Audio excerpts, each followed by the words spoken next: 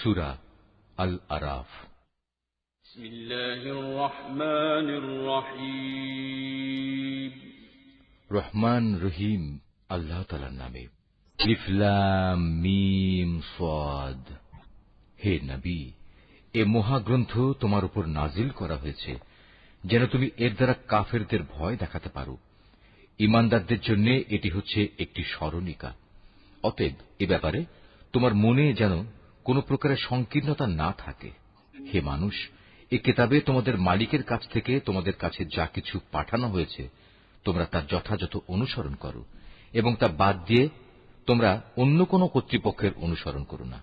তোমরা খুব কমই উপদেশ মেনে চলো। এমন কত জনপদ আমি ধ্বংস করে দিয়েছি, তাদের উপর আমার আযাব আসত যখন তারা রাতের বেলায় ঘুমিয়ে থাকত, কিংবা আযাব আসত মধ্যদিনে যখন তারা আহারের পর বিশ্রাম করত। আর এভাবে যখন তাদের উপর আমার আযাব নাজিল হতো তখন তাদের মুখে শুধু একটি কথাই থাকত যে অবশ্যই আমরা ছিলাম জালেম। যাদের কাছে নবী পাঠানো হয়েছিল অবশ্যই আমি তাদের জিজ্ঞেস করব। একইভাবে রসুলদেরও আমি প্রশ্ন করব মানুষরা তাদের সাথে কি আচরণ করেছে। অতঃপর আমি আমার নিজস্ব জ্ঞান দ্বারা তাদের প্রত্যেকের কাছে প্রত্যেকের কার্যাবলী খুলে খুলে বর্ণনা করব, কারণ আমি তো সেখানে অনুপস্থিত ছিলাম না। সেদিন পাপ পুণ্যের পরিমাপ ঠিকভাবেই করা হবে। সেদিন যাদের নেকি ওজনের পাল্লায় ভারী হবে তারাই সফল হবে, আর যাদের পাল্লা সেদিন হালকা হবে তারা হচ্ছে এমন সব লোক যারা নিজেরাই নিজেদের ক্ষতি সাধন করেছে, কারণ এরা দুনিয়ার জীবনে আমার আয়াতসমূহ নিয়ে বাড়াবাড়ি করত। আমি তোমাদের এই জমিনের উপর প্রতিষ্ঠিত করেছি, এজন্য আমি তাতে তোমাদের জন্য সব ধরনের জীবিকার ব্যবস্থাও করে দিয়েছি, কিন্তু তোমরা আমার নিয়ামতের খুব কমই শুকর আদায় করে থাকো। আমি তোমাদের বানিয়েছি, অতঃপর আমি তোমাদের বিভিন্ন আকার অবয়ব দান করেছি। অতএব আমি ফেরেশতাদের বলেছি সম্মানের নিদর্শন হিসেবে তোমরা আদমকে সাজদা করো। তখন আমার আদেশে সবাই আদমকে সাজদা করল, একমাত্র ইবলিস ছাড়া। সে কিছুতেই সাজদাকারীদের মধ্যে শামিল হল না।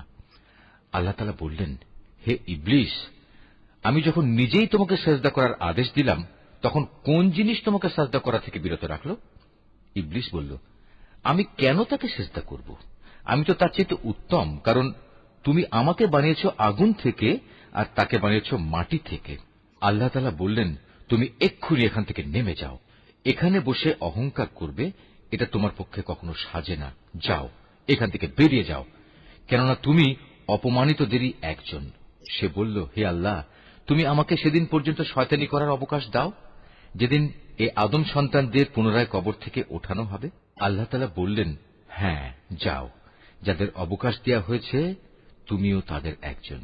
সে বলল, যেহেতু তুমি এ আদমের জন্যই আমাকে পথভ্রষ্ট করলে, তাই আমিও এদের গুমরাহ করার জন্য অবশ্যই তোমার প্রদর্শিত প্রতিটি সরল পথের বাঁকে বাঁকে ওঁত পেতে বসে থাকব। অতঃপর তাদের পথভ্রষ্ট করার জন্য আমি তাদের কাছে অবশ্যই আসব তাদের সামনের দিক থেকে, তাদের পেছন দিক থেকে, তাদের ডান দিক থেকে, তাদের বাঁ দিক থেকে। ফলে তুমি এদের অধিকাংশ লোককেই তোমার নিয়ামতের প্রতি কৃতজ্ঞতা আদায়কারী হিসেবে দেখতে পাবে না। আল্লাহ তাআলা বললেন, বের হয়ে যাও তুমি এখান থেকে অপমানিত ও বিতাড়িত অবস্থায়। আদম সন্তানের যারাই তোমার অনুসরণ করবে তাদের এবং তোমাদের সবাইকে দিয়ে নিশ্চয়ই আমি জাহান্নাম পূর্ণ করে দেব। আল্লাহ তাআলা আদমকে বললেন, তুমি এবং তোমার সঙ্গিনী জান্নাতে বসবাস করতে থাকো এবং এর যেখান থেকে যা কিছু চাও তা তোমরা খেতে পারো, কিন্তু এ গাছটির কাছেও যেও না, গেলে তোমরা উভয়ই জালেমদের মধ্যে শামিল হয়ে যাবে। অতঃপর শয়তান তাদের দুজনকেই কুমন্ত্রণা দিল যেন সে তাদের নিজেদের লজ্জাস্থানসমূহ, যা তাদের পরস্পরের কাছ থেকে গোপন করে রাখা হয়েছিল, প্রকাশ করে দিতে পারে। সে তাদের আরো বলল, তোমাদের মালিক তোমাদের এই গাছটির কাছে যাওয়া থেকে তোমাদের যে বারণ করেছেন তার উদ্দেশ্য এছাড়া আর কিছুই নয় যে সেখানে গেলে তোমরা উভয়ই ফেরেশতা হয়ে যাবে, অথবা এর ফলে তোমরা জান্নাতে চিরস্থায়ী হয়ে যাবে। সে তাদের কাছে কসম করে বলল, আমি অবশ্যই তোমাদের উভয়ের জন্য তোমাদের হিতাকাঙ্ক্ষীদের একজন। ভাবে সে এদের দুজনকেই প্রতারণার জালে আটকে ফেলল। অতঃপর একসময় যখন তারা উভয়ই সে গাছ ও তার ফল আস্বাদন করল, তখন তাদের লজ্জাস্থানসমূহ তাদের উভয়ের সামনে খুলে গেল। সাথে সাথে তারা জান্নাতের বিভিন্ন লতাপাতা নিজেদের উপর জড়িয়ে নিজেদের গোপন স্থানসমূহ ঢাকতে শুরু করল। তাদের মালিক তখন তাদের ডাক দিয়ে বললেন, আমি কি তোমাদের উভয়কে এই গাছটির কাছে যাওয়া থেকে নিষেধ করিনি, এবং আমি কি তোমাদের একথা বলে দেইনি যে শয়তান হচ্ছে তোমাদের উভয়ের প্রকাশ্য দুশমন? নিজেদের ভুল বুঝতে পেরে তারা দুজনেই বলে উঠল, হে আমাদের মালিক, আমরা আমাদের নিজেদের উপর জুলুম করেছি। তুমি যদি আমাদের মাফ না করো তাহলে অবশ্যই আমরা চরম ক্ষতিগ্রস্তদের দলে সামিল হয়ে যাব। তারা বললেন, এবার তোমরা সবাই এখান থেকে নেমে যাও। আজ থেকে তোমরা ও শয়তান চিরদিনের জন্য একে অপরের দুশমন। সুনির্দিষ্ট সময় পর্যন্ত পৃথিবীতে থাকার উদ্দেশ্যে তোমাদের জন্য সেখানে বসবাসের জায়গা ও জীবন সামগ্রীর ব্যবস্থা থাকবে। আল্লাহ তাআলা আরও বললেন, তোমরা সেখানেই জীবনযাপন করবে, সেখানেই তোমরা মৃত্যুবরণ করবে, এবং সেখান থেকেই তোমাদের পুনরায় বের করে আনা হবে। হে আদম সন্তানরা, আমি তোমাদের উপর পোশাক সংক্রান্ত বিধান পাঠিয়েছি, যাতে করে এর দ্বারা তোমরা তোমাদের গোপন স্থানসমূহ ঢেকে রাখতে পারো এবং নিজেদের সৌন্দর্যও ফুটিয়ে তুলতে পারো। তবে আসল পোশাক হচ্ছে কিন্তু তাকওয়ার, আল্লাহর ভয় জাগ্রতকারী পোশাক। আর এটা হচ্ছে উত্তম পোশাক, এবং এটা আল্লাহর নিদর্শনসমূহেরও একটি অংশ। এর উদ্দেশ্য হচ্ছে যাতে করে মানুষরা এর থেকে শিক্ষা গ্রহণ করতে পারে। হে আদমের সন্তানরা, শয়তান যেভাবে তোমাদের পিতামাতাকে জান্নাত থেকে বের করে দিয়েছে, তেমনি করে তোমাদেরও সে যেন প্রতারিত করতে না পারে। শয়তান তাদের উভয়ের দেহ থেকে তাদের পোশাক খুলে ফেলেছিল, যাতে করে তাদের উভয়ের গোপন স্থানসমূহ উভয়ের কাছে উন্মুক্ত হয়ে পড়ে। মূলত সে নিজে এবং তার সঙ্গী সাথীরা তোমাদের এমন সব স্থান থেকে দেখতে পায় যেখান থেকে তোমরা তাদের দেখতে পাও না। যারা আমাকে বিশ্বাস করে না তাদের জন্য শয়তানকে আমি অভিভাবক বানিয়ে দিয়েছি। এর অবস্থা হচ্ছে, তারা যখন কোনো অশ্লীল আচরণ করে তখন তারা বলে, আমরা আমাদের পূর্বপুরুষদেরও এর উপর পেয়েছি, স্বয়ং আল্লাহ তাআলাই আমাদের এর নির্দেশ দিয়েছেন। হে নবী, তুমি বলো, আল্লাহ তাআলা কখনো অশ্লীল কিছুর হুকুম দেন না। তোমরা কি আল্লাহ তাআলা সম্পর্কে এমন কিছু বলছো যার ব্যাপারে তোমরা কিছুই জানো না? তুমি আরো বলো, আমার মালিক তো শুধু ন্যায় ইনসাফের আদেশ দিচ্ছেন। তার আদেশ হচ্ছে প্রতিটি ইবাদতেই তোমরা তোমাদের লক্ষ্য স্থির রাখবে, তাকেই তোমরা ডাকো, জীবন বিধান একান্তভাবে তার জন্যই খালেস করে। যেভাবে তিনি তোমাদের প্রথম সৃষ্টি করেছেন সেভাবেই তোমাদের আবার সৃষ্টি করা হবে। অতঃপর একদল লোককে তিনি সঠিক পথ দেখিয়েছেন, আর দ্বিতীয় দলটির উপর গুমরাহি ও বিদ্রোহ ভালোভাবেই চেপে বসেছে। এরাই পরবর্তী পর্যায়ে আল্লাহ তাআলাকে বাদ দিয়ে শয়তানদের নিজেদের অভিভাবক বানিয়ে নিয়েছে। এ সত্ত্বেও তারা নিজেদের সঠিক পথের উপর মনে করে। হে আদম সন্তানরা, তোমরা প্রতিটি ইবাদতের সময়ই তোমাদের সৌন্দর্যমণ্ডিত পোশাক গ্রহণ করো, তোমরা খাও এবং পান করো, তবে কোনো অবস্থাতেই অপচয় করো না, কেননা আল্লাহ তাআলা অপচয়কারীদের কখনো পছন্দ করেন না। হে নবী, তুমি বলো, আল্লাহ তাআলার দয়া, সৌন্দর্যমণ্ডিত পোশাক এবং পাক পবিত্র জিনিস খাবার খাওয়া তোমাদের জন্য কে হারাম করেছে? এগুলো তো আল্লাহ তাআলা স্বয়ং নিজেই তার বান্দাদের জন্য বের করে এনেছেন। তুমি বলো, এগুলো হচ্ছে সাধারণত পার্থিব পাওনা, কিন্তু কিয়ামতের দিন বিশেষভাবে এগুলো ঈমানদারদের জন্য নির্দিষ্ট থাকবে। এভাবেই আমি জ্ঞানী সমাজের জন্য আমার আয়াতসমূহ খুলে খুলে বর্ণনা করি। তুমি এদের বলো, হ্যাঁ, আমার মালিক যা কিছু হারাম করেছেন তা হচ্ছে যাবতীয় প্রকাশ্য ও অপ্রকাশ্য অশ্লীল কাজ এবং গুনাহ ও অন্যায়ভাবে বাড়াবাড়ি করা। তিনি আরো হারাম করেছেন আল্লাহর সাথে অন্য কাউকে শরীক করা, যার ব্যাপারে তিনি কখনো কোনো সনদ নাজিল করেননি, এবং আল্লাহ তাআলা সম্পর্কে তোমাদের এমন সব বাজে কথা বলা যার ব্যাপারে তোমাদের কোনোই জ্ঞান নেই।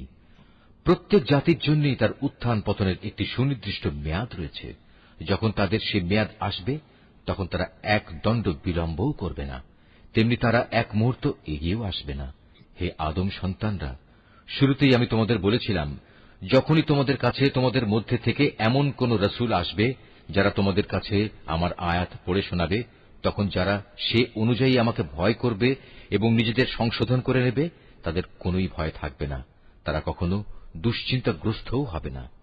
আর যারা আমার আয়াতসমূহকে মিথ্যা প্রতিপন্ন করবে এবং বড়াই করে এ সত্য থেকে মুখ ফিরিয়ে নেবে, তারাই হবে জাহান্নামের অধিবাসী। সেখানে তারা চিরদিন অবস্থান করবে। যে ব্যক্তি আল্লাহ তাআলা সম্পর্কে মিথ্যা রচনা করে কিংবা তার আয়াতকে মিথ্যা সাব্যস্ত করে, তার চাইতে বড় জালেম আর কে? এরা হচ্ছে সেসব ব্যক্তি যারা কেতাবে বর্ণিত দুর্ভোগের তাদের নিজেদের অংশ পেতে থাকবে।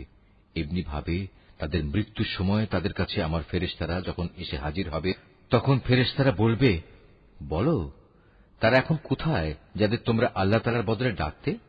তারা বলবে, আজ তারা আমাদের ছেড়ে সরে গেছে।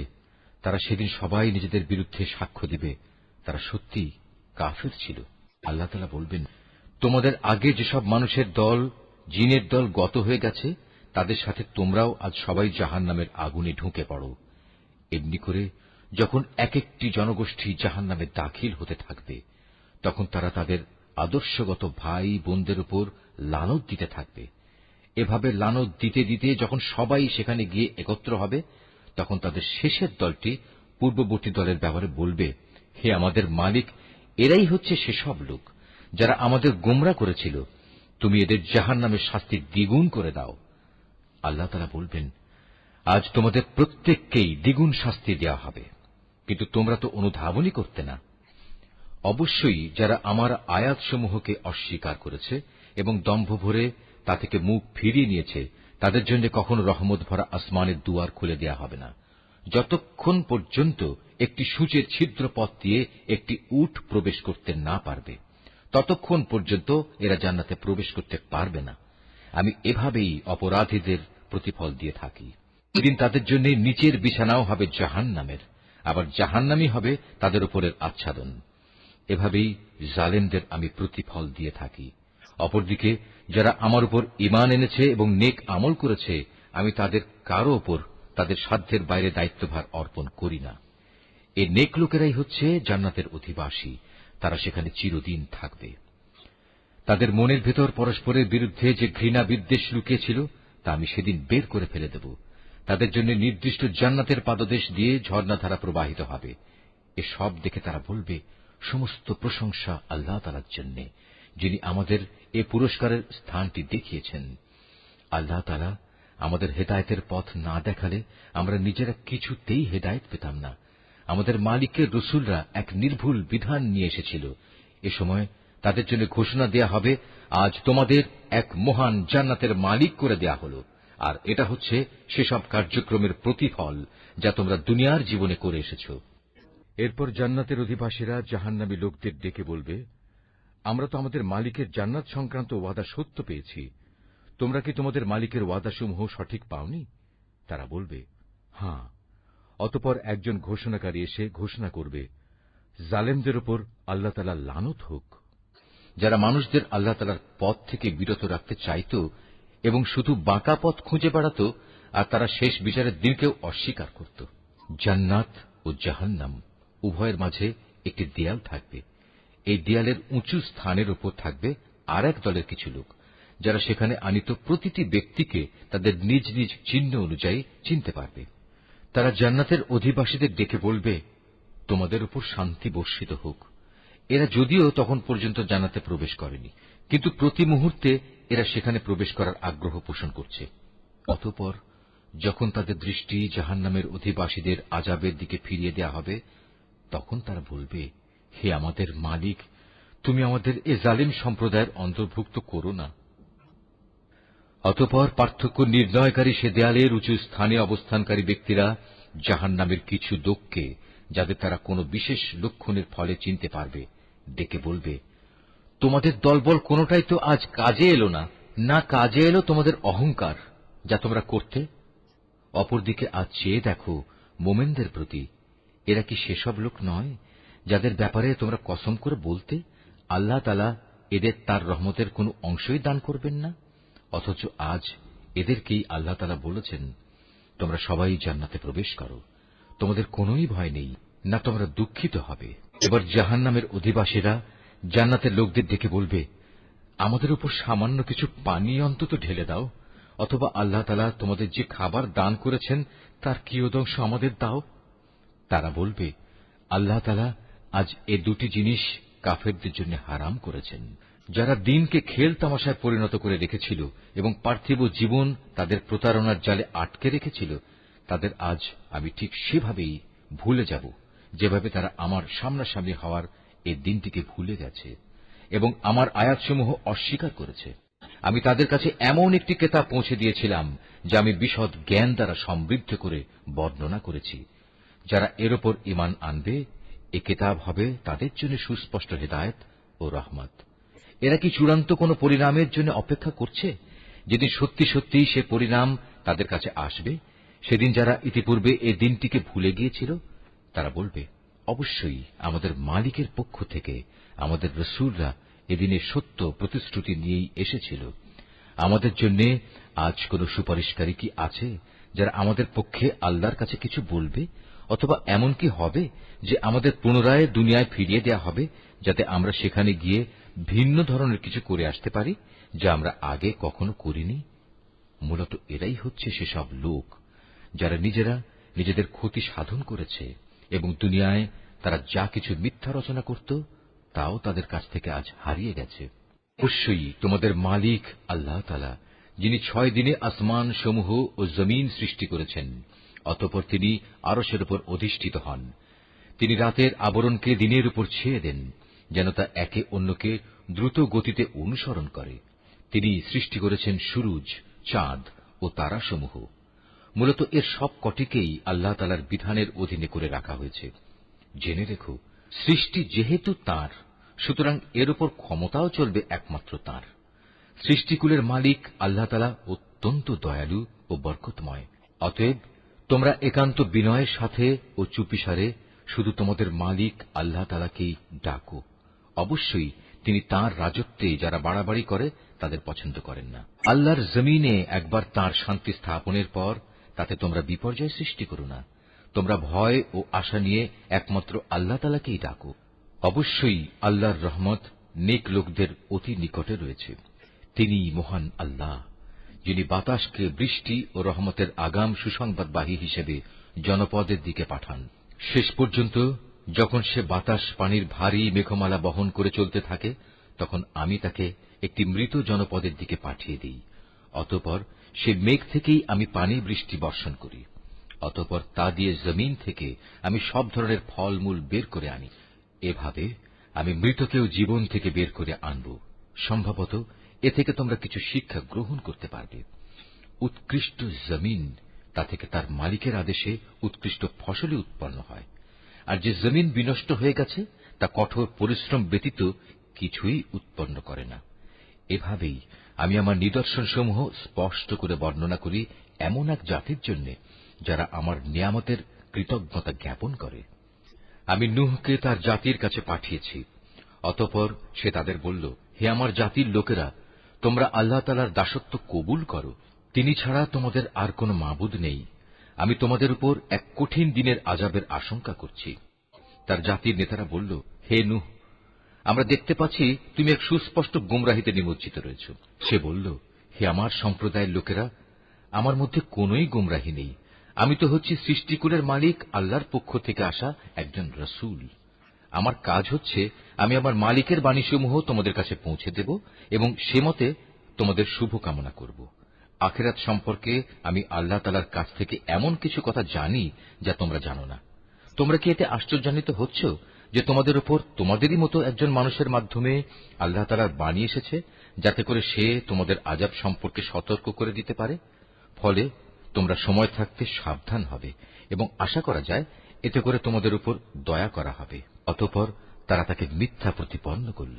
আমি তাকে এবং তার সাথে যারা নৌকায় আরোহণ করেছিল তাদের সবাইকে আযাব থেকে উদ্ধার করেছি। আর যারা আমার আযাবসমূহকে মিথ্যা বলেছে তাদের আমি পানিতে ডুবিয়ে দিয়েছি। এরা ছিল গোঁড়া অন্ধ। আমি আদ জাতির কাছে পাঠিয়েছিলাম তাদেরই এক ভাই হুদকে। সে তাদের বলল, হে আমার জাতি, তোমরা এক আল্লাহ তাআলার দাসত্ব স্বীকার করো। তিনি ছাড়া তোমাদের দ্বিতীয় কোনো ইলাহ নেই। তোমরা কি তাকে ভয় করবে না?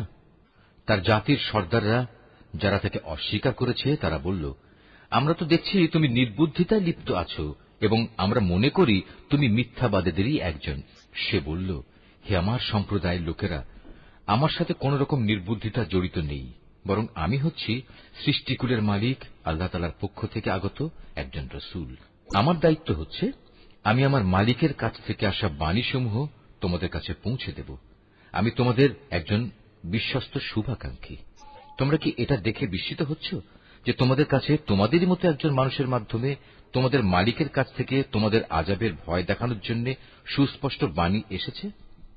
স্মরণ করো কিভাবে আল্লাহ তাআলা তোমাদের নূহের পর এই জমিনের খলিফা বানিয়েছেন এবং অন্যান্য সৃষ্টির চাইতে তিনি তোমাদের বেশি ক্ষমতা দান করেছেন। অতএব হে আমার জাতি, তোমরা আল্লাহ তাআলার অনুগ্রহগুলো স্মরণ করো। আশা করা যায় তোমরা সাফল্য অর্জন করতে পারবে। তারা হুদকে বলল, তুমি কি আমাদের কাছে এজন্যই এসেছ যে আমরা কেবল এক আল্লাহর ইবাদত করব এবং আমাদের পূর্বপুরুষরা যাদের বন্দেগী করেছে তাদের একেবারে বাদ দিয়ে দেব? এটাই যদি হয় তাহলে নিয়ে এসো আমাদের কাছে সে আযাব যার ব্যাপারে তুমি আমাদের এত ভয় দেখাচ্ছ, যদি তুমি সত্যবাদী হও। বলল, তোমাদের উপর তোমাদের মালিকের পক্ষ থেকে আযাব ও ক্রোধ তো নির্ধারিত হয়েই আছে।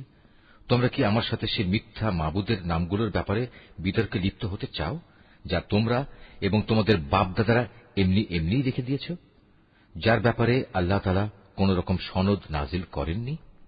অতএব তোমরা অপেক্ষা করো, আমিও তোমাদের সাথে অপেক্ষা করতে থাকব। অতঃপর যখন আযাব এল, তখন আমি তাকে এবং তার সাথে যেসব ঈমানদার ব্যক্তি ছিল তাদের আমার রহমত দ্বারা আযাব থেকে বাঁচিয়ে দিলাম, আর যারা আমার আয়াতসমূহকে অস্বীকার করেছে আমি তাদের নির্মূল করে দিলাম। এরা তো আসলে ঈমানদারই ছিল না।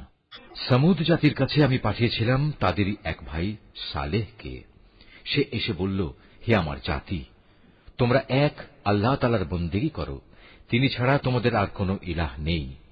তোমাদের কাছে তোমাদের মালিকের কাছ থেকে সুস্পষ্ট প্রমাণ এসে হাজির হয়েছে, আর তোমাদের জন্য এ হচ্ছে আল্লাহর উষ্ট্রি।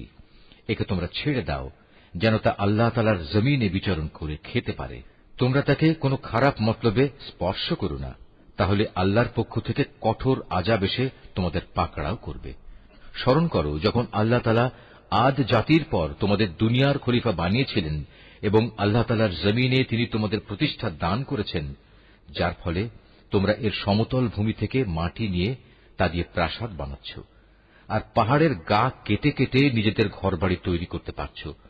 অতএব তোমরা আল্লাহ তাআলার এসব জ্ঞান ও প্রকৌশল সংক্রান্ত নিয়ামত স্মরণ করো এবং কোন অবস্থায় আল্লাহ তাআলার জমিনে বিপর্যয় ঘটিও না। তার জাতির সেসব নেতৃস্থানীয় লোক যারা নিজেদের গৌরবের বড়াই করে বেড়াত, অপেক্ষাকৃত দুর্বল শ্রেণীর লোকদের যারা তাদের মধ্যে থেকে তার উপর ঈমান এনেছে, বলল, তোমরা কি সত্যি জানো সালেহ আল্লাহ তাআলার পাঠানো একজন রাসূল? তারা বলল, হ্যাঁ, তার উপর যে বাণী পাঠানো হয়েছে আমরা তা বিশ্বাস করি। অতঃপর সে অহংকারী লোকেরা বলল, তোমরা যা কিছুতে বিশ্বাস করো আমরা তা অস্বীকার করি। অতএব তারা উষ্ট্রিটিকে মেরে ফেলল এবং এর দ্বারা তারা তাদের মালিকের নির্দেশের স্পষ্ট বিরোধিতা করল এবং তারা বলল, হে সালেহ, আমরা তো উষ্ট্রিটিকে মেরে ফেললাম, যদি তুমি সত্যিই রাসূল হয়ে থাকো তাহলে সে আযাব নিয়ে এসো যার ওয়াদা তুমি আমাদের দিচ্ছ। অতঃপর এক প্রলয়ঙ্কারী ভূমিকম্প তাদের গ্রাস করে ফেলল, ফলে তারা নিজেদের ঘরেই মুখ থুবড়ে পড়ে রইল। অতঃপর সে তাদের কাছ থেকে অন্যদিকে চলে গেল এবং সে নিজের জাতিকে বলল, আমি আমার মালিকের সতর্কবাণী তোমাদের কাছে পৌঁছে দিয়েছিলাম এবং তোমাদের জন্য কল্যাণও কামনা করেছিলাম, কিন্তু তোমরা তো কোনো কল্যাণকামীদের পছন্দই করো না। লূতকেও পাঠিয়েছিলাম যখন সে তার জাতিকে বলেছিল, তোমরা এমন এক অশ্লীলতার কাজ করছো যা তোমাদের আগে সৃষ্টিকুলের আর কেউ কখনো করেনি। তোমরা যৌন তৃপ্তির জন্য নারীদের বাদ দিয়ে পুরুষদের কাছে যাও। আসলে তোমরা হচ্ছ এক সীমা লঙ্ঘনকারী জাতি। তার জাতির কাছে তখন একথা বলা ছাড়া আর কোনো জবাবই ছিল না যে সবাই মিলে তাদের তোমাদের জনপদ থেকে বের করে দাও, কেননা এরা হচ্ছে কতিপয় পাক পবিত্র মানুষ। অতঃপর যখন আমার আযাব এল, তখন আমি তাকে এবং তার পরিবার পরিজনকে উদ্ধার করলাম, তার স্ত্রীকে ছাড়া। সে আযাবে কবলিত হয়ে পেছনের লোকদের মধ্যে শামিল থেকে গেল। আমি তাদের উপর প্রচন্ড আযাবের বৃষ্টি বর্ষণ করতে থাকলাম। সুতরাং তুমি ভালো করে চেয়ে দেখো অপরাধী ব্যক্তিদের পরিণাম সেদিন কি ভয়াবহ হয়েছিল। আর মদিয়ানবাসীদের কাছে আমি পাঠিয়েছিলাম তাদেরই এক ভাই শোয়েবকে। সে তাদের বলল, হে আমার জাতি, তোমরা এক আল্লাহ তাআলার বন্দেগী করো, তিনি ছাড়া তোমাদের আর কোনো ইলাহ নেই।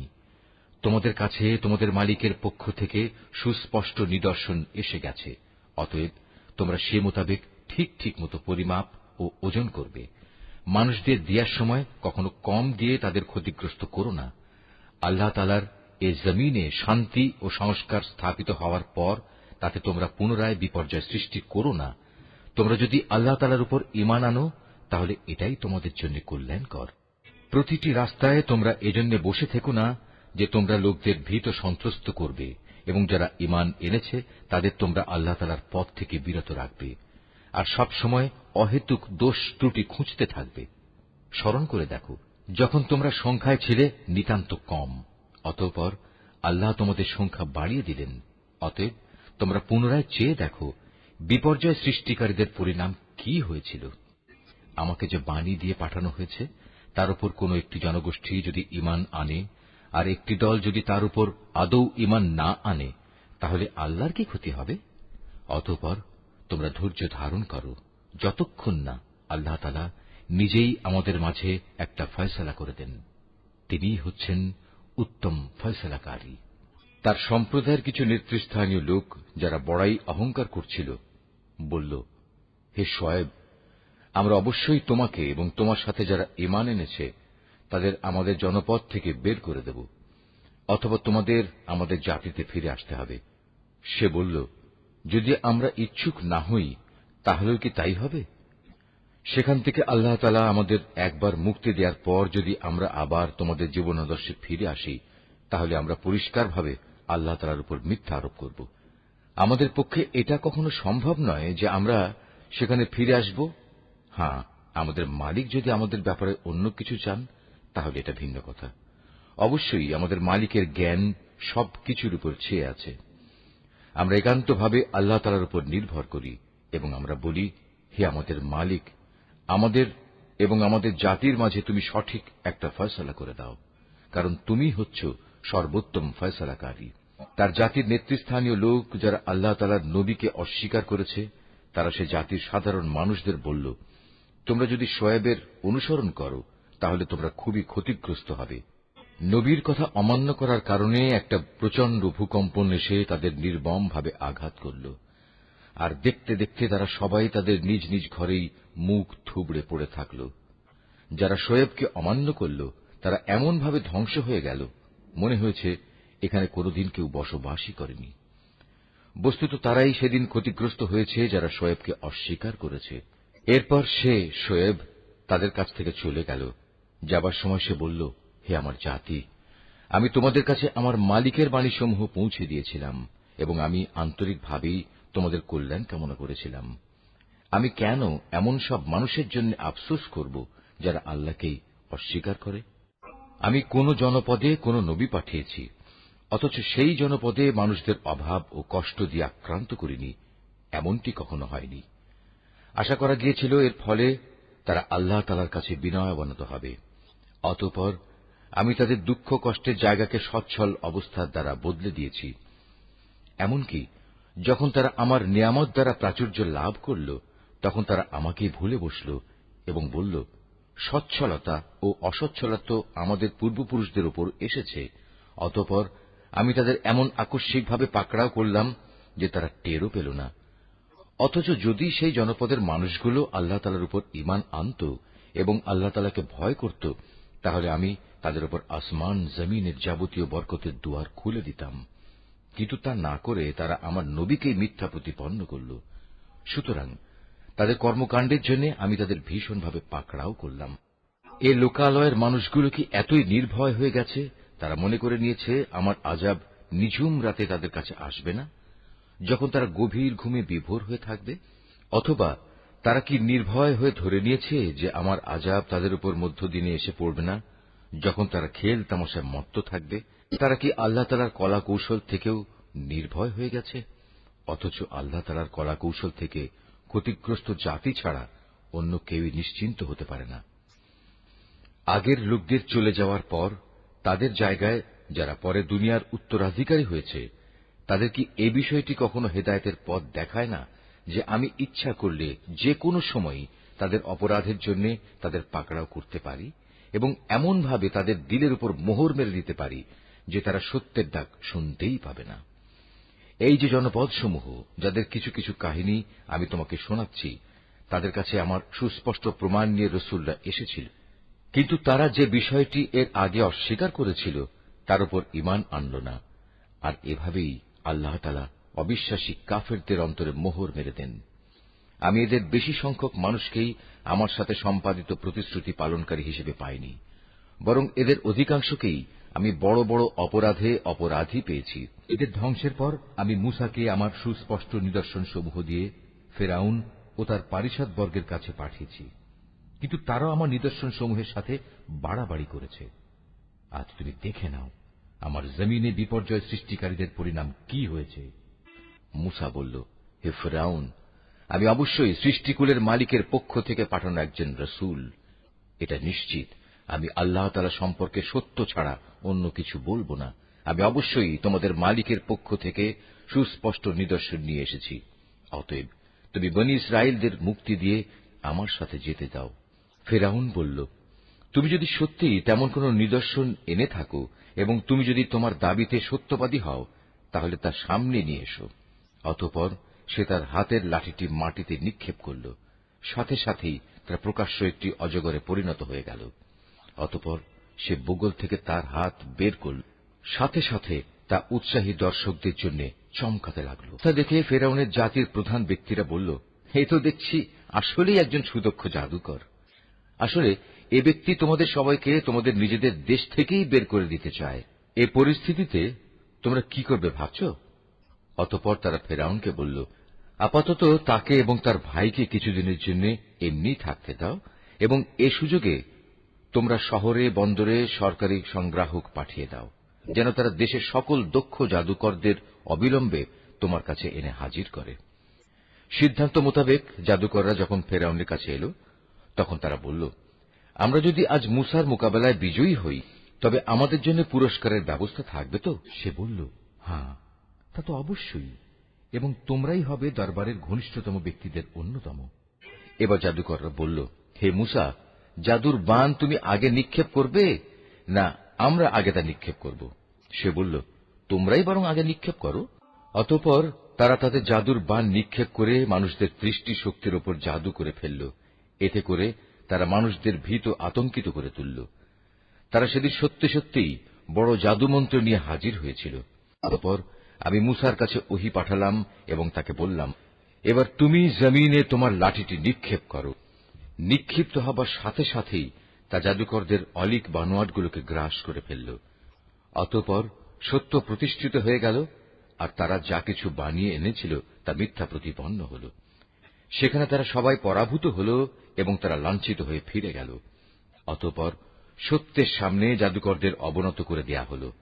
তারা সবাই সমস্বরে বলে উঠল, আমরা সৃষ্টিকুলের মালিকের উপর ঈমান আনলাম, যিনি মূসা ও হারুনের মালিক। ঘটনার এই আকস্মিক মোড় পরিবর্তন দেখে ফেরাউন বলল, এ কি, আমি তোমাদের কোন রকম অনুমতি দেওয়ার আগেই তোমরা তার উপর ঈমান আনলে? আসলে আমি বুঝতে পারলাম এ ছিল তোমাদের নিশ্চিত একটা ষড়যন্ত্র। এ নগরে বসেই তোমরা তা পাকিয়েছ, যাতে করে তার অধিবাসীদের তোমরা সেখান থেকে বের করে দিতে পারো। অচিরেই তোমরা এই বিদ্রোহের পরিণাম জানতে পারবে। আমি তোমাদের একদিকের হাত ও অন্যদিকের পাগুলো কেটে ফেলব, এরপর আমি তোমাদের সবাইকে শুলে চড়াব। তারা বলল, আমরা তো একদিন আমাদের মালিকের কাছে ফিরে যাবই, তাই আমরা তোমার শাস্তির পরোয়া করি না। তুমি আমাদের কাছ থেকে এ কারণেই এই প্রতিশোধ নিচ্ছ যে আমাদের মালিকের নিদর্শন সমূহ যা তার কাছ থেকে আমাদের কাছে এসে পৌঁছেছে, আমরা তার উপর ঈমান এনেছি। আমরা আল্লাহ তাআলার কাছে প্রার্থনা করি, হে আমাদের মালিক, তুমি আমাদের ধৈর্য ধারণ করার ক্ষমতা দাও এবং তোমার অনুগত বান্দা হিসেবে তুমি আমাদের মৃত্যু দিও। অনেক জাতির সর্দাররা তাকে বলল, তুমি কি মূসা ও তার দলবলকে এ জমিনে বিপর্যয় সৃষ্টি করার জন্য এমনিই ছেড়ে দিয়ে রাখবে এবং তারা তোমাকে ও তোমার দেবতাদের এভাবে বর্জন করেই চলবে?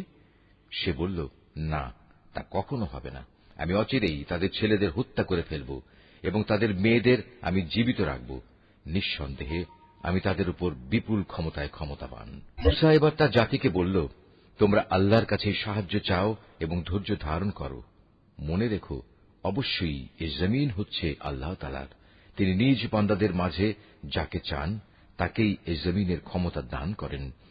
চূড়ান্ত সাফল্য তাদের জন্যই যারা আল্লাহ তাআলাকে ভয় করে।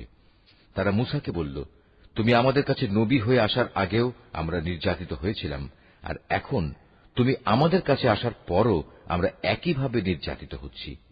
এর কি কোনো শেষ হবে না? মূসা বলল, হ্যাঁ, হবে। খুব তাড়াতাড়ি সম্ভবত তোমাদের মালিক তোমাদের শত্রুকে ধ্বংস করে দেবেন এবং এই দুনিয়ায় তিনি তোমাদের তার স্থলাভিষিক্ত করবেন। অতঃপর আল্লাহ তাআলা দেখবেন তোমরা কি করো। ক্রমাগত বেশ কয়েক বছর ধরে আমি ফেরাউনের লোকজনদের দুর্ভিক্ষ ও ফসলের স্বল্পতা দিয়ে আক্রান্ত করে রেখেছিলাম। সম্ভবত তারা কিছুটা হলেও বুঝতে পারবে। যখন তাদের উপর ভালো সময় আসত, তখন তারা বলত, এ তো ছিল আমাদের নিজেদেরই পাওনা। আবার যখন দুঃসময় তাদের পেয়ে বসত, তখন নিজেদের দুর্ভাগ্যের ভার তারা মূসা এবং তার সঙ্গী সাথীদের ওপরই আরোপ করত। হ্যাঁ, তাদের দুর্ভাগ্যের যাবতীয় বিষয় তো আল্লাহ তাআলার হাতেই রয়েছে, কিন্তু তাদের অধিকাংশ লোকই এ সম্পর্কে অবহিত নয়। তারা মূসাকে আরো বলল, আমাদের উপর জাদুর প্রভাব বিস্তার করার জন্য তুমি যত নিদর্শনই নিয়ে আসো না কেন, আমরা কখনো তোমার উপর ঈমান আনব না। এই ধৃষ্টতার জন্য অতঃপর আমি তাদের উপর ঝড় তুফান দিলাম, পঙ্গপাল পাঠালাম, উকুন ছড়ালাম, ব্যাঙ ছেড়ে দিলাম ও রক্তপাতজনিত বিপর্যয় নাজিল করলাম। এর সব কয়টি তাদের কাছে এসেছিল আমার এক একটা সুস্পষ্ট নিদর্শন হিসেবে, কিন্তু এ সত্ত্বেও তারা অহংকার বড়াই করতেই থাকল। আসলেই তারা ছিল একটি অপরাধী জাতি। যখনই তাদের উপর কোনো বিপর্যয় আসত, তখন তারা বলত, হে মূসা, তোমার প্রতি প্রদত্ত তোমার মালিকের প্রতিশ্রুতি মতো তুমি আমাদের জন্য তোমার মালিকের কাছে দোয়া করো। যদি এবারের মতো আমাদের উপর থেকে এ বিপদ দূর করে দাও, তাহলে অবশ্যই আমরা তোমার উপর ঈমান আনব এবং বনী ইসরায়েলদেরও তোমার সাথে যেতে দেব। অতঃপর যখনই তাদের উপর থেকে একটি নির্দিষ্ট সময়ের জন্য যে সময়টুকু সেজন্য নির্ধারিত ছিল, সে বালা মুসিবত আমি অপসারণ করে নিতাম, তখন সাথে সাথেই তারা ওয়াদা ভঙ্গ করে ফেলত। অতঃপর আমি তাদের কাছ থেকে প্রতিশোধ নিলাম, তাদের আমি অতল সাগরে ডুবিয়ে দিলাম, কেননা তারা আমার নিদর্শন সমূহকে মিথ্যা প্রতিপন্ন করেছিল এবং আমার এ শাস্তি থেকে তারা উদাসীন হয়ে গিয়েছিল। এবার আমি তাদের সত্যি সত্যি ক্ষমতার আসনে বসিয়ে দিলাম। এতদিন যাদের দুর্বল করে রাখা হয়েছিল, তাদের আমি এ রাজ্যের পূর্ব পশ্চিম সহ সব কয়টি প্রান্তের অধিকারী বানিয়ে দিলাম, যাতে আমি আমার প্রভূত কল্যাণ ছড়িয়ে দিয়েছি। এভাবেই বনী ইসরায়েলের উপর প্রদত্ত তোমার মালিকের প্রতিশ্রুতির সেই কল্যাণ বাণী সত্যে পরিণত হল, কেননা তারা ধৈর্য ধারণ করেছিল। ফেরাউন ও তার জাতির যাবতীয় শিল্পকর্ম ও উঁচু প্রাসাদ যা তারা নির্মাণ করেছিল, আমি সবকিছুই ধ্বংস করে দিলাম। ফেরাউনকে ডুবিয়ে দিয়ে আমি বনী ইসরায়েলদের সমুদ্র পার করে দিয়েছি। অতঃপর সমুদ্রের এপারে তারা এমন একটি জাতির কাছে এসে পৌঁছল, যারা সব সময় তাদের মূর্তিকে পূজা দেওয়ার জন্য বসে থাকত।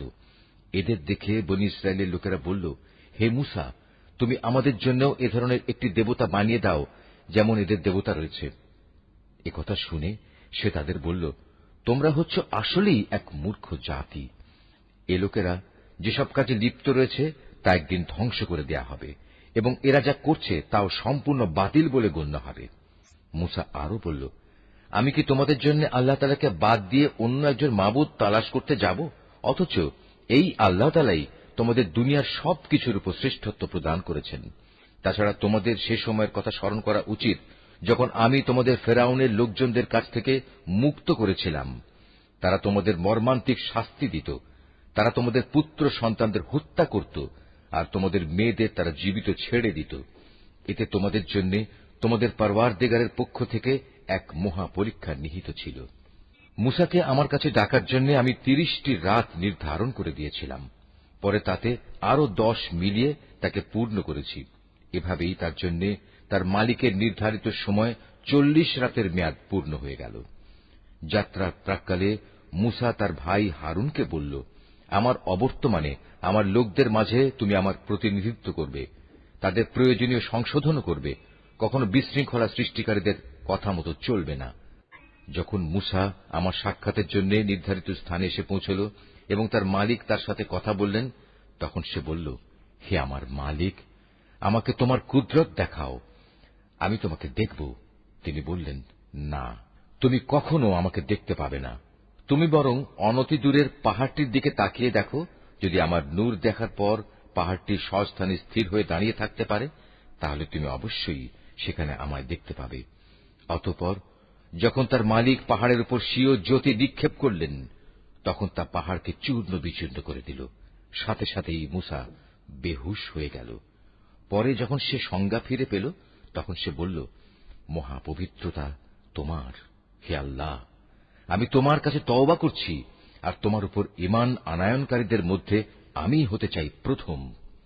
আল্লাহ তাআলা বললেন, হে মূসা, আমি মানুষের মাঝ থেকে তোমাকে আমার নবুয়ত ও আমার সাথে বাক্যালাপের মর্যাদা দিয়ে বাছাই করে নিয়েছি। অতএব আমি তোমাকে হেদায়েতের যা কিছু বাণী দিয়েছি তা নিষ্ঠার সাথে গ্রহণ করো, এবং এজন্য তুমি আমার কৃতজ্ঞতা আদায় করো। এই ফলকের মধ্যে আমি তার জন্য সর্ববিষয়ের উপদেশমালা ও সবকিছুর বিস্তারিত বিবরণ লিখে দিলাম। অতএব একে শক্ত করে আঁকড়ে ধরো, এবং তোমার জাতির লোকদের বলো, তারা যেন এর উৎকৃষ্ট অংশ গ্রহণ করে। অচিরেই আমি তোমাদের সেসব ধ্বংসপ্রাপ্ত বিদ্রোহীদের আস্তানা দেখাব। অচিরেই আমি সেসব মানুষদের দৃষ্টি আমার এসব নিদর্শন থেকে ভিন্ন দিকে ফিরিয়ে দেব, যারা পৃথিবীতে অন্যায়ভাবে বাহাদুরি করে বেড়ায়। আসলে এ লোকেরা যদি অতীত ধ্বংসাবশেষের সব কয়টি চিহ্ন দেখতে পায়, তবু তারা তার উপর ঈমান আনবে না। যদি তারা সঠিক পথ দেখতেও পায়, তবু তারা পথকে পথ বলে গ্রহণ করবে না। যদি এর কোথাও কোনো বাঁকা পথ তারা দেখতে পায়, তাহলে তাকেই অনুসরণযোগ্য পথ হিসেবে গ্রহণ করবে।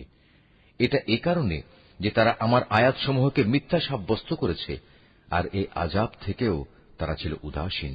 যারা আমার আয়াতসমূহ ও পরকালে আমার সামনাসামনি হওয়ার বিষয়কে অস্বীকার করবে, তাদের সব কার্যকলাপই বিনষ্ট হয়ে যাবে, আর তারা এই দুনিয়ায় যা কিছু করবে তাদের তেমনি প্রতিফল দেয়া হবে।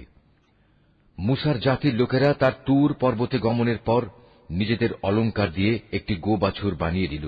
তা ছিল জীবনবিহীন একটি দেহ, যার আওয়াজ ছিল শুধু গরুর হাম্বা রব। এ লোকেরা কি দেখতে পায় না যে সে দেহটি তাদের সাথে কোনো কথা বলে না, না সেটি তাদের কোনো পথের দিশা দেয়? কিন্তু এ সত্ত্বেও তারা সেটিকে মাবুদ বলে গ্রহণ করল। তারা ছিল আসলেই জালেম। অতঃপর যখন তারা অনুতপ্ত হল এবং নিজেরা এটা দেখতে পেল যে তারা আসলেই গুমরা হয়ে গেছে, তখন তারা বলল, আমাদের মালিক যদি আমাদের উপর দয়া না করেন এবং গোবাছুরকে মাবুদ বানানোর জন্য যদি তিনি আমাদের ক্ষমা না করেন, তাহলে আমরা নিশ্চিত ধ্বংস হয়ে যাব। কিছুদিন পর মূসা যখন ক্রুদ্ধ ও ক্ষুব্ধ হয়ে নিজের লোকজনদের কাছে ফিরে এল, তখন সে এসব কথা শুনে বলল, আমার তুর পর্বতে যাওয়ার পর তোমরা কি জঘন্য কাজই না করেছ! তোমরা কি তোমাদের মালিকের কাছ থেকে কোনো পরিষ্কার আদেশ আসার আগেই তোমাদের মালিকের আদেশের ব্যাপারে তাড়াহুড়া শুরু করলে? রাগে ক্ষোভে সে ফলকগুলো ফেলে দিল এবং তার ভাইয়ের মাথার চুল ধরে তাকে নিজের দিকে টেনে আনল। মূসাকে লক্ষ্য করে সে বলল, হে আমার মায়ের ছেলে সহোদর ভাই, এ জাতির লোকগুলো আমাকে দুর্বল করে দিতে চেয়েছিল। তারা এক পর্যায়ে আমাকে তো মেরেই ফেলতে চেয়েছিল। তুমি আমার সাথে এমন কোনো আচরণ করো না যা শত্রুদের আনন্দিত করে, আর তুমি আমাকে কখনো জালেম সম্প্রদায়ের অন্তর্ভুক্ত করো না। সে মূসা বলল, হে আমার মালিক, আমাকে ও আমার ভাইকে তুমি মাফ করে দাও, এবং তুমি আমাদের তোমার রহমতের মধ্যে দাখিল করে নাও। তুমি সবচেয়ে বড় দয়াবান। আল্লাহ তাআলা মূসাকে বললেন, হ্যাঁ, যেসব লোক গরুর বাছুরকে মাবুদ বানিয়েছে, অচিরেই তাদের উপর তাদের মালিকের পক্ষ থেকে গজব আসবে, আর দুনিয়ার জীবনেও তাদের উপর আসবে অপমান এবং লাঞ্ছনা। আল্লাহ তাআলার নামে মিথ্যা কথা রটনাকারীদের আমি এভাবেই শাস্তি দিয়ে থাকি। যেসব লোক অন্যায় কাজ করেছে, এরপর তারা তওবা করেছে এবং যথাযথ ঈমান এনেছে, নিশ্চয়ই এ যথার্থ তওবার পর তোমার মালিক ক্ষমাশীল ও পরম দয়ালু হিসেবে তাদের সাথে আচরণ করবেন। পরে যখন মূসার ক্রোধ কিছুটা প্রশমিত হল, তখন সে তাওরাতের ফলকগুলো তুলে নিল। তার পাতায় হেদায়েত ও রহমত সম্বলিত কথাবার্তা লিখিত ছিল এমন সব লোকের জন্য যারা তাদের মালিককে ভয় করে। মূসা তার সম্প্রদায়ের মধ্যে থেকে এবার ৭০ জন লোককে আমার প্রতিশ্রুতির সময়ে সমবেত হওয়ার জন্য বাছাই করে নিল। তখন এক প্রচণ্ড ভূকম্পন এসে তাদের আক্রমণ করল। মূসা বলল, হে আমার মালিক, তুমি চাইলে তাদের সবাইকে ও আমাকে আগেই ধ্বংস করে দিতে পারতে। আজ আমাদের মধ্যেকার কয়েকটি নির্বোধ মানুষ যে আচরণ করেছে তার জন্য তুমি কি আমাদের সবাইকে ধ্বংস করে দেবে? অথচ এ ব্যাপারটা তোমার একটা পরীক্ষা ছাড়া আর কিছুই নয়। এ পরীক্ষা দিয়ে যাকে চাও তাকে তুমি বিপদগামী করো, আবার যাকে চাও তাকে সঠিক পথও তো দেখাও। তুমি হচ্ছে আমাদের অভিভাবক, অতএব তুমি আমাদের ক্ষমা করে দাও, আমাদের উপর তুমি দয়া করো, কেননা তুমি হচ্ছে সর্বশ্রেষ্ঠ ক্ষমার আধার। তুমি আমাদের জন্য ইহকাল ও পরকালের কল্যাণ লিখে দাও। হেদায়েতের জন্য আমরা তোমার দিকেই প্রত্যাবর্তন করছি। আল্লাহ তাআলা বললেন, হ্যাঁ, আমার শাস্তি আমি যাকে ইচ্ছা তাকেই দেই, আর আমার দয়া তো আসমান জমিনের সব কয়টি জিনিসকেই পরিবেষ্টন করে রেখেছে। আমি অবশ্যই তা লিখে দেব এমন লোকদের জন্য যারা আল্লাহ তাআলাকে ভয় করে, যারা যাকাত আদায় করে, সর্বোপরি যারা আমার আয়াতসমূহের উপর ঈমান আনে, যারা এই বার্তাবাহক নিরক্ষর রসুলের অনুসরণ করে চলে, যার উল্লেখ তাদের কিতাব তাওরাত ও ইনজিলেও তারা দেখতে পায়। যে নবী তাদের ভালো কাজের আদেশ দেয়, মন্দ কাজ থেকে বিরত রাখে, যে তাদের জন্য যাবতীয় পাক জিনিসকে হালাল ও নাপাক জিনিসসমূহকে তাদের উপর হারাম ঘোষণা করে, তাদের ঘাড় থেকে মানুষের গোলামির যে বোঝা ছিল তা সে নামিয়ে দেয়, এবং মানুষের চাপানো যেসব বন্ধন তাদের গলার উপর ঝুলানো ছিল তা সে খুলে ফেলে। অতএব যারা তাঁর উপর ঈমান আনে, যারা তাকে সাহায্য সহযোগিতা করে, সর্বোপরি তার সাথে কোরআনের যে আলো পাঠানো হয়েছে তার অনুসরণ করে, তারাই হচ্ছে সফল কাম। কিংবা একথা যেন না বলো যে আল্লাহর সাথে শিরক তো আমাদের বাপদাদারা আগে করেছে, আর আমরা তো ছিলাম তাদের পরবর্তী বংশধর। বাতিলপন্থীদের কার্যক্রমের জন্য কি তুমি আমাদের ধ্বংস করবে? এভাবেই আমি অতীতের দৃষ্টান্তসমূহ তাদের কাছে খোলাখুলি বর্ণনা করি, এ আশায় যে এরা সোজা পথে ফিরে আসবে। হে মুহাম্মদ, তুমি তাদের কাছে এমন একটি মানুষের কাহিনী পড়ে শোনাও যার কাছে আমি নবীর মাধ্যমে আমার আয়াতসমূহ নাযিল করেছিলাম, কিন্তু সে পরে আমার আয়াত থেকে বিচ্যুত হয়ে পড়ে। অতঃপর শয়তান তার পিছু নেয় এবং সে সম্পূর্ণ গোমরাহ লোকদের দলভুক্ত হয়ে পড়ে। অথচ আমি চাইলে তাকে এই আয়াতসমূহ দ্বারা উচ্চ মর্যাদা দান করতে পারতাম, কিন্তু সে তো ঊর্ধ্বমুখী আসমানের বদলে নিম্নমুখী জমিনের প্রতি আসক্ত হয়ে পড়ে এবং পার্থিব কামনা বাসনার অনুসরণ করে। অতঃপর তার উদাহরণ হচ্ছে কুকুরের উদাহরণের মতো। যদি তুমি তাকে দৌড়াতে থাকো, তবু সে জিহ্বা বের করে হাঁপাতে থাকে, আবার তোমরা সেটিকে ছেড়ে দিলেও জিহ্বা ঝুলিয়ে হাঁপাতে থাকে। এ হচ্ছে তাদের দৃষ্টান্ত যারা আমার আয়াতসমূহ অস্বীকার করে। এ কাহিনীগুলো তাদের তুমি পড়ে শোনাও, হয়তোবা তারা চিন্তা গবেষণা করবে। যে সম্প্রদায়ের লোকেরা আমার নিদর্শনসমূহ মিথ্যা সাব্যস্ত করে, তারা নিজেরাই নিজেদের উপর জুলুম করে আসছে। তাদের উদাহরণ কতই না নিকৃষ্ট। আল্লাহ তাআলা যাকে পথ দেখান সে সঠিক পথ প্রাপ্ত হবে, আবার যাকে তিনি গোমরাহ করেন তারা হয়ে পড়ে ভীষণ ক্ষতিগ্রস্ত। বস্তুত বহু সংখ্যক মানুষ ও জিন আছে যাদের আমি জাহান্নামের জন্য পয়দা করেছি। তাদের কাছে যদিও বোঝার মতো দিল আছে, কিন্তু তা দিয়ে তারা চিন্তা করে না। তাদের কাছে দেখার মতো চোখ থাকলেও তারা তা দিয়ে সত্য দেখে না। আবার তাদের কাছে শোনার মতো কান আছে, কিন্তু তারা সে কান দিয়ে সত্য কথা শোনে না। আসলে এরা হচ্ছে জন্তু জানোয়ারের মতো, এবং কোন কোন ক্ষেত্রে তাদের চাইতেও এরা বেশি বিভ্রান্ত। এসব লোকেরা দারুণ উদাসীন। আল্লাহ তাআলার জন্যই যাবতীয় সুন্দর নামসমূহ নিবেদিত রয়েছে। অতএব তোমরা সেসব ভালো নামেই তাকে ডাকো এবং সেসব লোকের কথা ছেড়ে দাও যারা তার নামে বিকৃতি ঘটায়। যা কিছু তারা দুনিয়া জীবনে করে এসেছে, অচিরেই তার যথাযথ ফল তারা পাবে।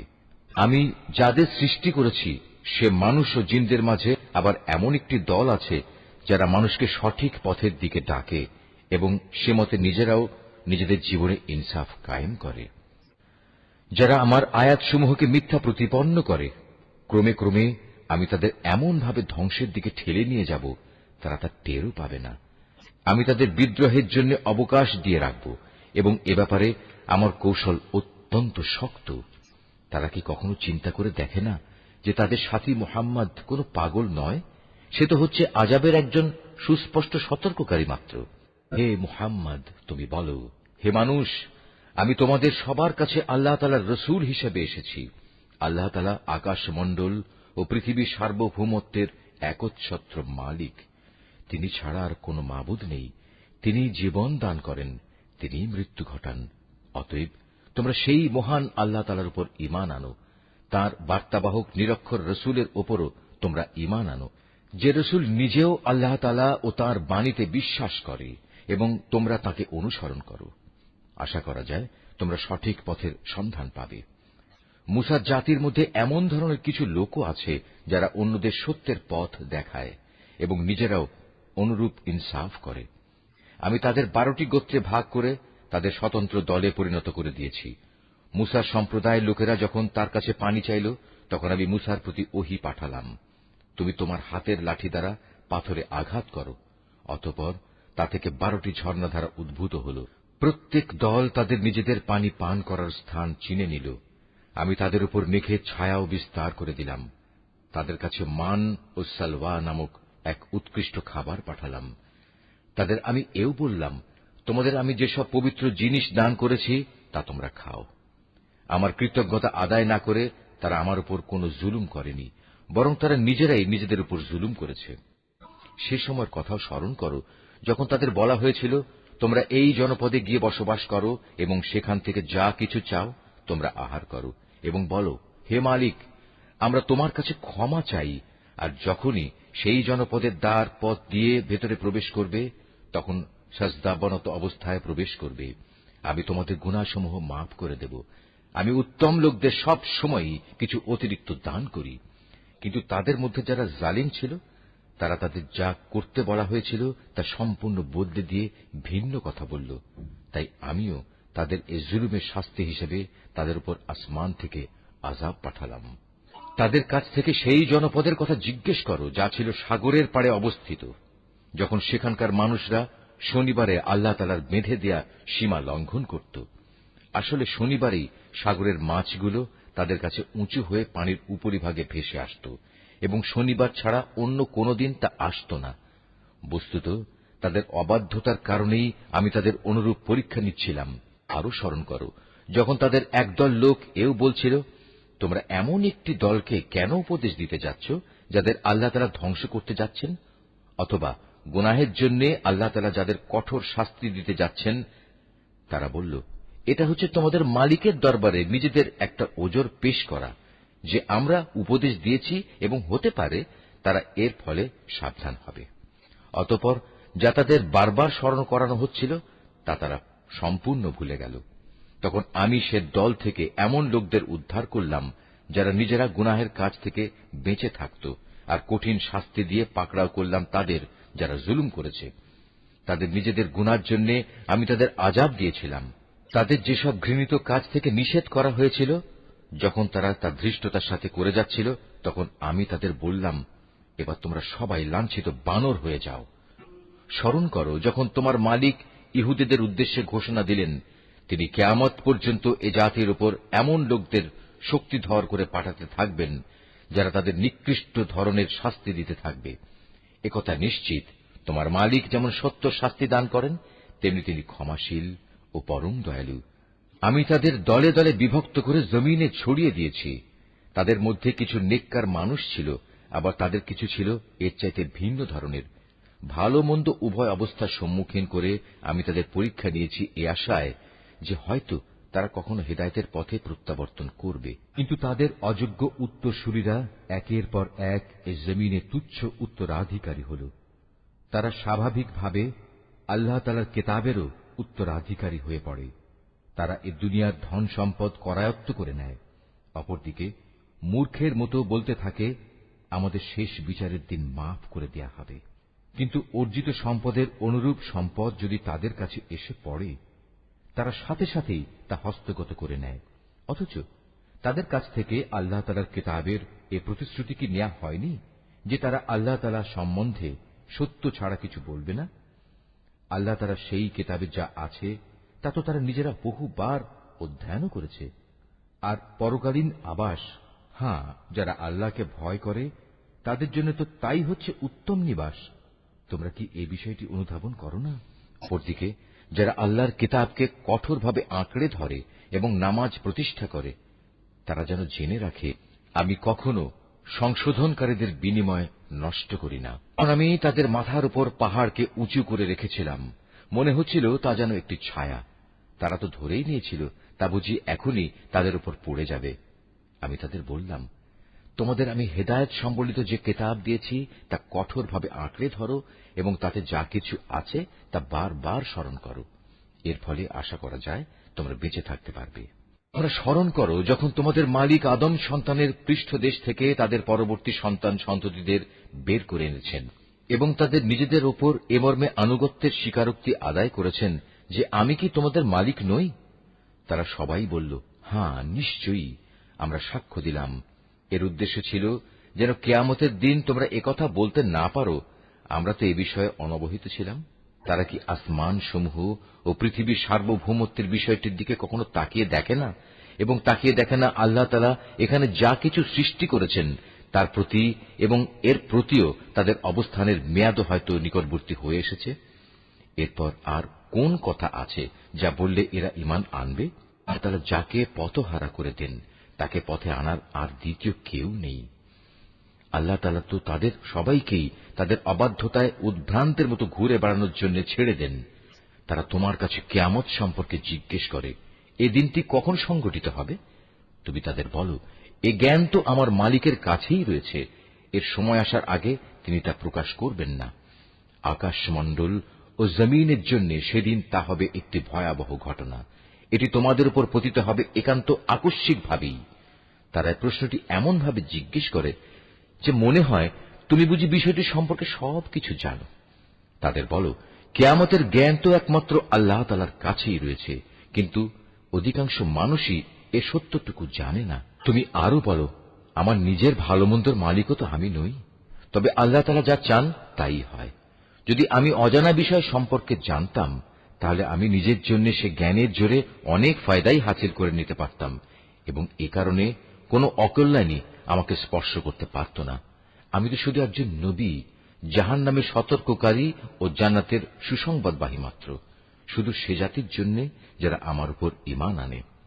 তিনিই সেই আল্লাহ তাআলা যিনি তোমাদের একটি প্রাণ থেকে পয়দা করেছেন এবং পরবর্তী পর্যায়ে তার থেকে তিনি তার জুড়ি বানিয়েছেন যেন তার জুড়ির কাছে গিয়ে সে পরম শান্তি লাভ করতে পারে।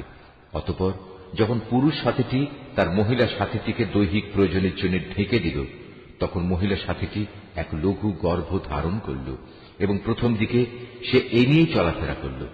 পরে যখন সে গর্ভের কারণে ওজনে ভারী হয়ে এলো, তখন তারা পুরুষ মহিলা উভয়ই তাদের মালিককে ডেকে বলল, হে আল্লাহ তাআলা, যদি তুমি আমাদের একটি সুস্থ ও পূর্ণাঙ্গ সন্তান দান করো তাহলে আমরা অবশ্যই তোমার কৃতজ্ঞতা আদায় করব। পরে সত্যিই যখন তিনি তাদের উভয়কে একটি নিখুঁত সন্তান দান করলেন, তখন তারা যা কিছু সন্তানের আকারে আল্লাহর পক্ষ থেকে তাদের দেয়া হয়েছে সে ব্যাপারেই অন্যদের শরীক বানিয়ে নিল। আল্লাহ তাআলা তাদের শরীক বানানো থেকে অনেক পবিত্র। এরা কি আল্লাহ তাআলার সাথে এমন কিছুকে শরীক মনে করে যারা কিছুই সৃষ্টি করতে পারে না, বরং তাদের নিজেদেরই সৃষ্টি করা হয়। তারা তাদের কাউকে কোন রকম সাহায্য করতে সক্ষম নয় এবং তারা নিজেদেরও কোন রকম সাহায্য করতে পারে না। তোমরা যদি এ মূর্খ লোকদের হেদায়েতের পথের দিকে আহ্বান করো, তারা তোমাদের কথা শুনবে না। তাই তোমরা তাদের হেদায়েতের পথে ডাকো কিংবা চুপ করে থাকো, উভয়টাই তোমাদের জন্য সমান কথা। তাদেরকে বাদ দিয়ে তোমরা যাদের সাহায্যের জন্য ডাকো তারা তো তোমাদের মতোই কতিপয় বান্দা। তোমরা তাদের ডেকেই দেখো না। তোমরা তোমাদের দাবিতে সত্যবাদী হলে তাদের উচিত তোমাদের ডাকে সাড়া দেয়া। তাদের কি কোনো পা আছে যার উপর ভর দিয়ে তারা চলতে পারে? অথবা তাদের কি কোনো ক্ষমতাধর হাত আছে যা দিয়ে তারা সবকিছু ধরতে পারে? কিংবা তাদের কোনো চোখ আছে যা দিয়ে তারা সবকিছু দেখতে পারে? কিংবা আছে তাদের কোনো কান যা দিয়ে তারা শুনতে পারে? তুমি বলো, তোমরা ডাকো তোমাদের শরীকদের, এরপর তোমরা আমার বিরুদ্ধে ষড়যন্ত্র করো। ষড়যন্ত্র করার সময় আমাকে কোনো অবকাশও দিও না। তুমি তাদের বলো, নিশ্চয়ই আমার অভিভাবক হচ্ছেন একমাত্র আল্লাহ, যিনি কিতাব নাজিল করেছেন। তিনি হামেশাই ভালো লোকদের অভিভাবকত্ব করেন। আল্লাহ তাআলাকে বাদ দিয়ে যাদের তোমরা ডাকো তারা তোমাদের কোন রকম সাহায্য করতে সক্ষম নয়, এমনকি তারা নিজেদেরও কোন রকম সাহায্য করতে পারে না। তোমরা যদি কখনো তাদের হেদায়েতের পথে আসার আহ্বান জানাও তবে তারা শুনতেই পাবে না। কথা বলার সময় যদিও তুমি দেখছো তারা তোমার দিকেই চেয়ে আছে, কিন্তু এরা সত্য দেখতেই পায় না। হে মুহাম্মদ, এদের সাথে তুমি ক্ষমার নীতি অবলম্বন করো, নেক কাজের আদেশ দাও এবং মূর্খ লোকদের তুমি এড়িয়ে চলো। কখনো যদি শয়তানের কুমন্ত্রণা তোমাকে প্ররোচিত করে, সাথে সাথেই তুমি আল্লাহ তাআলার কাছে আশ্রয় চাও। অবশ্যই তিনি সবকিছু শোনেন এবং সবকিছু জানেন। আল্লাহ তাআলাকে যারা ভয় করে, তাদের যদি কখনো শয়তানের পক্ষ থেকে কুমন্ত্রণা স্পর্শ করে, তবে তারা সাথে সাথেই আত্মসচেতন হয়ে পড়ে। তৎক্ষণাৎ তাদের চোখ খুলে যায়। তাদের কাফের ভাই বন্ধুরা তাদের বিদ্রোহের পথেই টেনে নিয়ে যেতে চায়। অতঃপর তারা চেষ্টার কোনো ত্রুটি করে না। আবার যখন তুমি কিছুদিন তাদের কাছে কোনো আয়াত এনে হাজির না করো, তখন তারা বলে, ভালো হতো যদি তুমি নিজেই তেমন কিছু বেছে না নিতে। তুমি বলো, আমি তো তাই অনুসরণ করি যা আমার মালিকের কাছ থেকে আমার কাছে নাজিল হয়। আরে কোরআন হচ্ছে তোমাদের মালিকের কাছ থেকে নাজিল করা অন্তর্দৃষ্টি সম্পন্ন জ্ঞান। যারা ঈমান এনেছে এ কিতাব তাদের জন্য হেদায়েত ও রহমত। যখন তোমার সামনে কোরআন তেলাওয়াত করা হয়, তখন মনোযোগের সাথে তা শোনো এবং নিশ্চুপ থাকো। আশা করা যায় এর ফলে তোমাদের উপর দয়া করা হবে। হে নবী, তোমার মালিককে স্মরণ করো মনে মনে, সকাল সন্ধ্যায় সবিনয়ে এবং সশঙ্ক চিত্তে। অনুচ্চ স্বরের কথাবার্তা দিয়েও তাকে তুমি স্মরণ করো, কখনো তার স্মরণ থেকে গাফেল হয়েও না। এই আয়াতটি যিনি তেলাওয়াত করবেন এবং যিনি এই আয়াতটির তেলাওয়াত শুনবেন, তাদের সবাইকে এখানে একটি সাজদা আদায় করতে হবে। এটা ওয়াজিব।